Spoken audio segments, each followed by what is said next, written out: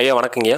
வணக்கம் ஐயா. சமீபத்தில் பார்லிமெண்ட்ல பார்த்தீங்கன்னா ஒரு லேடி பூரி ஜெகநாதர் கோயிலை பற்றி பேசியிருக்காங்க ஐயா. அந்த காணொலியை கொஞ்சம் நீங்கள் பாருங்க. சரி. जथा पूर्वम तथा परम, आपने जो जो बात बोला उड़ीसा के लोग सब याद रखे हैं, याद रखेंगे और आज नहीं तो कल इसका जवाब देंगे। क्या आपने बोला हमारे जो जगन्नाथ जी का रत्न भंडार है, वो रत्न भंडार का चाबी तमिलनाडु ने तमिलनाडु ले लिया। मगर अगर देखा जाए जो हमारे आद्य सेवक गजपति महाराज जी है, वो क्या बोले, चाबी सही सलामत है। फिर क्या हुआ, आप क्यों ऐसे बोले, तमिलनाडु चला गया, इसके लिए आपको माफी मांगना चाहिए। और फिर आपने वादा किया रत्न भंडार को आएंगे तो 6 दिन में 8 दिन में खुलवा देंगे।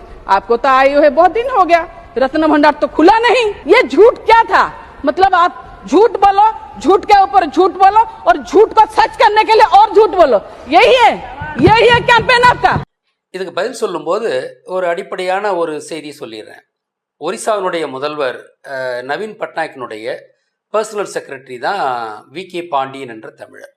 இந்த செய்தி அப்படியே இருக்கட்டும் வச்சுங்களா. 1.5 ஆண்டுகளுக்கு முன்னாடி பூரி ஜெகநாதர் பற்றிய ரகசியங்களை வெளிப்படுத்தி நான் 4 விடயங்கள் செய்திருந்தேன் வச்சுங்களா.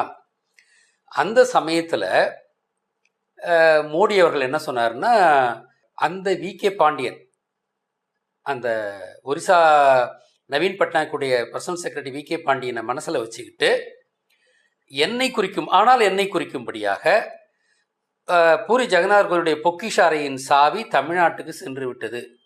தமிழ்நாடு சென்று விட்டதுன்னு சொன்னார். பொக்கிஷங்கள்லாம் களவாடப்பட்டதுலாம் அவர் சொல்ல, பொக்கிஷ அறையின் சாவி தமிழ்நாட்டுக்கு போயிடுச்சு அப்படின்னு சொல்லியிருந்தார்.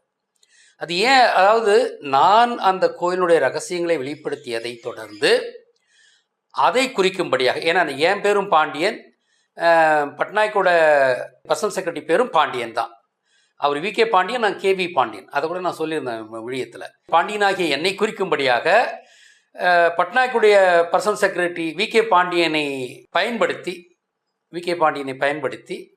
இந்த கருத்து சொல்லியிருந்தார். அதாவது பூரி ஜெகநாதர் கோயிலினுடைய பொக்கிஷ அறையின் சாவி தமிழ்நாட்டுக்கு சென்று விட்டது அப்படின்னு சொன்னார். அதாவது பூரி ஜெகநாதர் கோயிலுடைய ரகசியங்களை நான் கட்டுடைத்தேன், அதை குறிக்கும்படியாக அந்த பாண்டியனை பயன்படுத்தி பூரி ஜெகநாதர் கோயிலுடைய சாவி தமிழ்நாட்டுக்கு போயிடுச்சுன்னு சொல்லியிருந்தார். இது மற்றவங்களுக்கு புரியாது இந்த ரகசிய இதெல்லாம். உண்மையிலேயே அவர் எனக்காகத்தான் அவர் பேசியிருந்தார். அதை நான் குறிக்கணும்னா எனக்காக தான் பேசினார்ன்றது நான் ஒரு சான்று ஒன்று வைக்கிறேன்.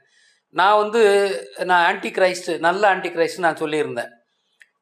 நேத்தனியாகு கெட்ட ஆன்டி கிரைஸ்ட்லாம் சொல்லியிருந்தேன்.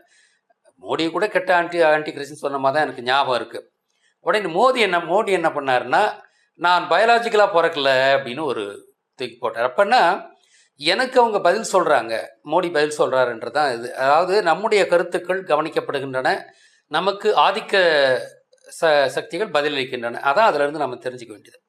இப்போ அந்த கான்டெக்ஸ்டில் 1.5 ஆண்டுகளுக்கு முன்னால் நாம் அதை மீட்டெடுத்து வச்சு பூரி ஜெகநாதருடைய அம்பலம் எல்லாம் அதனுடைய ரகசியங்கள் வெளிப்பட்டு விட்டதை நான் வெளிப்படுத்தியதை தொடர்ந்து அந்த பொக்கிஷாரியின் சாவி தமிழ்நாட்டுக்கு போயிடுச்சுன்னு சொல்லியிருந்தார். அதைத்தான் இந்த பெண்மணி இப்போ பார்லிமெண்ட்டில் நினைவூட்டி கேட்டிருக்காங்க. கஜபதி மகாராஜா சாவி இங்கே தான் இருக்குன்னு, பத்திரமா இருக்குன்னு சொல்கிறார். நீங்கள் தமிழ்நாட்டுக்கு அந்த சாவி போயிடுச்சுன்னு சொன்னீங்க. அப்போ நீங்கள் மன்னிப்பு கேளுங்க, நீங்கள் சொன்னது போய் தானே, தமிழ்நாட்டு மக்கள்கிட்ட நீங்கள் மன்னிப்பு கேட்கணும் அப்படின்னு தான் இந்த லேடி அவங்க பேசியிருக்காங்க. நன்றிங்கய்யா. வணக்கம், மிக்க நன்றி.